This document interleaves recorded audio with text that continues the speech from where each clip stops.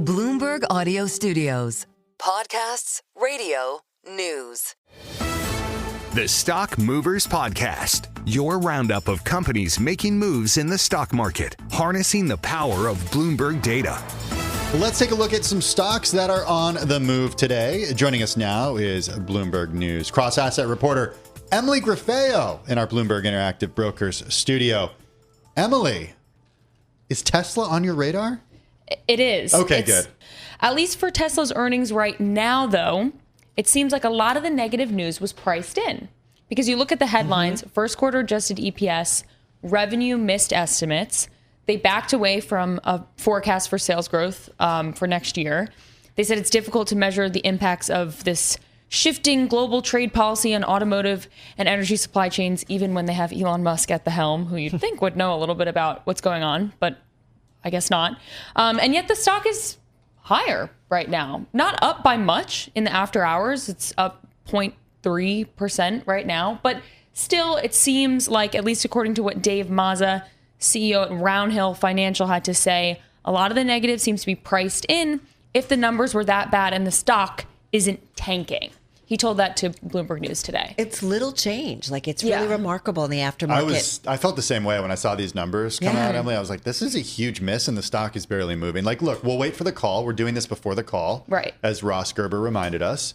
But yeah, he said check tomorrow. We'll see what happens. Exactly. It's still one of the worst performers year to date. In the S&P? In the S&P 500, down about 40%. Yeah, it's pretty ugly. Hey, let's talk about, I think, more earnings. Yes. So Equifax closed up 14%. It was the best day in 4 years. This was one of your gainers, Carol, wasn't it? This was like the number one gainer, I think, in the S&P 500 today. Yeah. Loved it. They topped profit estimates. They maintained their outlook. So they're a credit reporting agency. I guess this means that consumers' credit is looking good.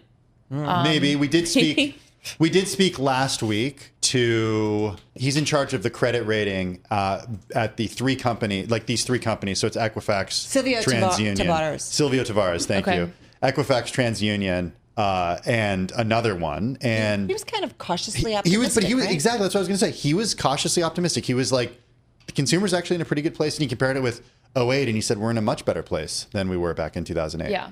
I mean, at least for the company, Equifax still said that the tariff-induced uncertainty in the economy and falling consumer confidence is one of the reasons why they didn't raise their guidance. So they can't, completely shy away from Northrup tariffs. Grumman, not a great day. Biggest intraday drop since 2008. It was down 15%. It paired a little bit of those losses, but they said per share profit declined by 47% in the first quarter, primarily due to loss provisions tied to their B-21 bomber.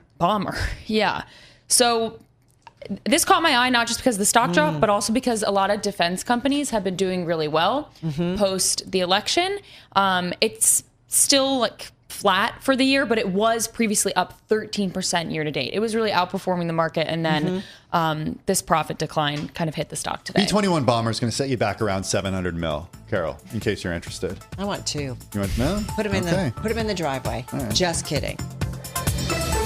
The Stock Movers Podcast from Bloomberg Radio. Check back with us throughout the day for the latest roundup of companies making news on Wall Street.